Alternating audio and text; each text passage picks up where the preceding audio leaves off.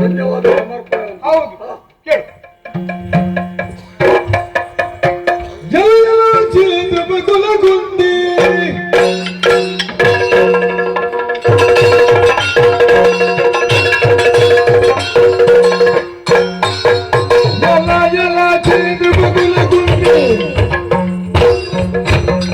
ಕಳವಿನ ಜೂಜಾಡುವ ಬಾರಿ ಕಳವಿನ ಜೂಜಾಡುವ ಬಾರಿ ಸಲಿಲದಳಾತಗೆ ಸುಮ್ಮನ ಮುಳುಗಿರೆ ಸಲಿಲದಳಾತಗೆ ಸುಮ್ಮನೆ ಮುಳುಗಿರೆ ನೀರಯ ಬಡ ಬಡ ಎಲ್ಲ ಎಲ್ಲ ಕುಲ ಕುಂದಿ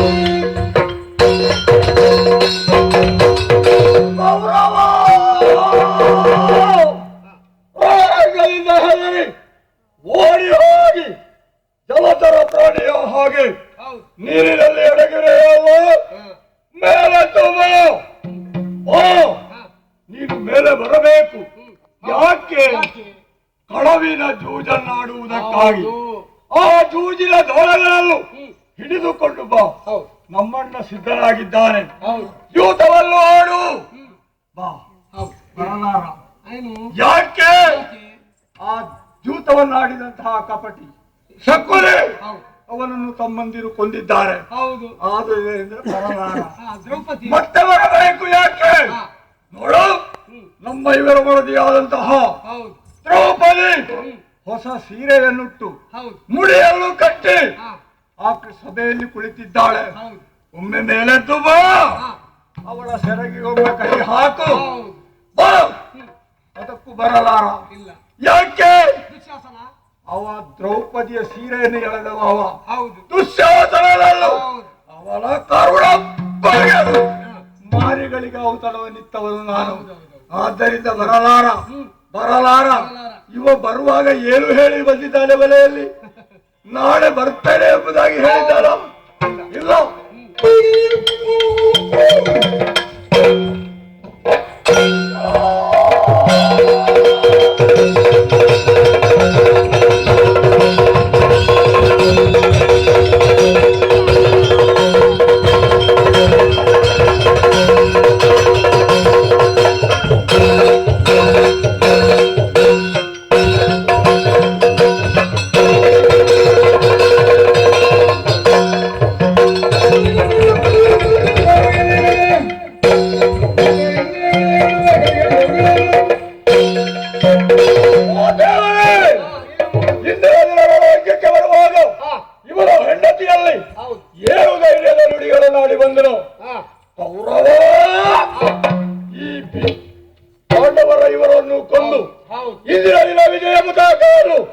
ಹರಿಸಿ ಬರುತ್ತಾನಂತೆ ಎಂಬುದಾಗಿ ಹಾಗೆಂದು ನುಡಿದು ಬಂದಿದೆ. ನಿನ್ನದಾದಂತಹ ನುಡಿಗಳೆಲ್ಲ ಕಟ್ಟಿಡು. ಮೇಲೆದ್ದು ಬಾ, ಮೇಲೆದ್ದು ಬಾ. ಭೀಮಸೇನ ಸಿದ್ಧರಾಗಿದ್ದಾರೆ ಯುದ್ಧವನ್ನು ಮಾಡುವುದಕ್ಕಾಗಿ. ಮಾತಿಗೆ ಬರುವ ಜಾತಿ ಅಲ್ಲ ಇವರಿಗೆ, ಪೆಟ್ಟಲ್ಲದೆ ಬೇರೆ ಬಂದಿಲ್ಲ. ನೀರಿಗೆ ಗದೆಯಿಂದ ಬಡಿದು ಮೇಲಕ್ಕೆ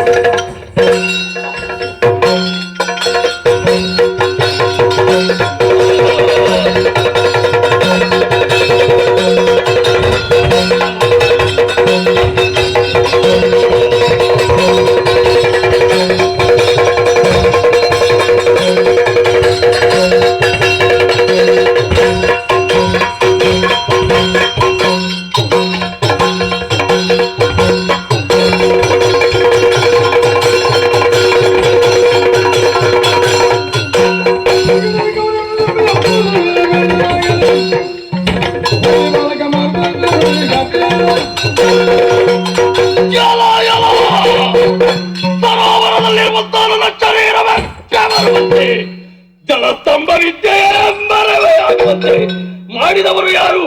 ಪಾಂಡವರೇ, ಪಾಂಡವರೇ, ಐವರು ಬನ್ನಿ, ಹೋರಾಟ ಮಾಡಿ ಬಂದು.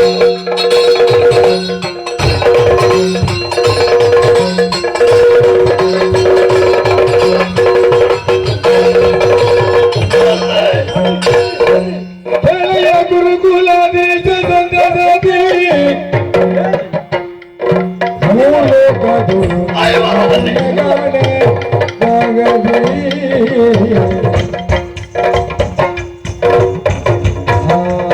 ನಮ್ಮೈ ಒಳಪನ ಸಾಧಿಸಿ ನಿಂದು ಗೆದ್ದರೆ ಮುಂದೆ ನಾವು ಮೇದಿನಿಯನ್ನು ಇದ್ದವರು ನಿನ್ನ ಪಾದ ಸೇವೆಯನ್ನು ಕೇಳು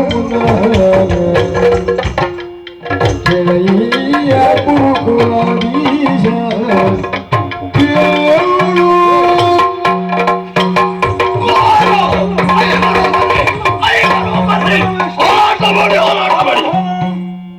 ಅವಸರದಲ್ಲಿ ತೀರ್ಮಾನವನ್ನು ಕೊಡಬೇಡ. ಬನ್ನಿ, ಹೋರಾಟ ಮಾಡಿ. ಪಾಂಡವರು ಜೊತೆಯಾಗಿ ಕಾಳಗಕ್ಕೆ ಬನ್ನಿ ಎಂಬ ಹಾಗೆ ಕೇಳಿಕೊಳ್ಳುತ್ತಾ ಇದ್ದೀನಿ. ನಾನು ಹೇಳಿದ್ದು ಬನ್ನಿ, ಹೌದೇನು? ಆ ನೃಪಕುಲ ಪುಣ್ಯ ಅಂದವ ಯಾರು? ಅದು ಇವನೇ ಹೇಳಿದ್ದು.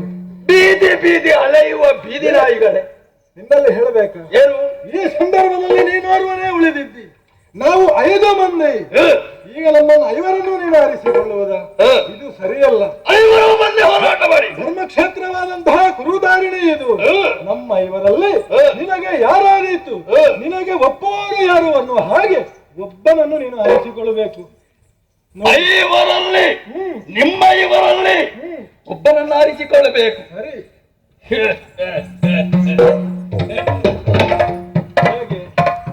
ನೀನು ಇದ್ದೇನು ಅದರಲ್ಲಿ?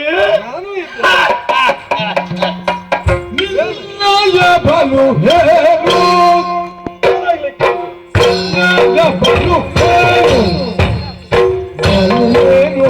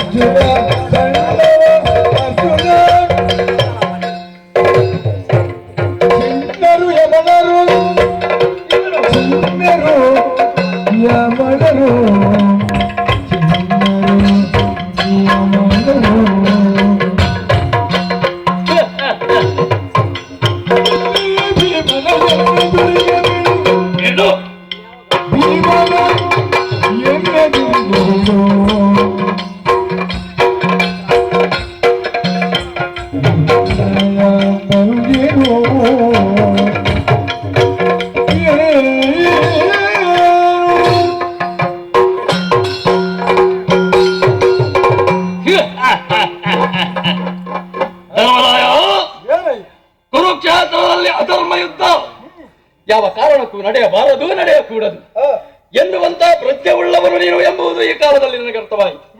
ಓರ್ವ ಉಳಿದಿದ್ದೇನೆ ನಾನು ಬರುವನೇ ನಿಮ್ಮೈವರಲ್ಲಿ ಹೋರಾಟ ಮಾಡುವುದು ತರವಲ್ಲ, ಐವರಲ್ಲಿ ಒಬ್ಬರನ್ನು ಆರಿಸಿಕೋ. ಒಳ್ಳೆ ಆಯ್ಕೆ ಹೌದೇನು? ಐವರಲ್ಲಿ ಯಾರನ್ನು ಬೇಕಾದರೂ ಆರಿಸಿದ್ರೆ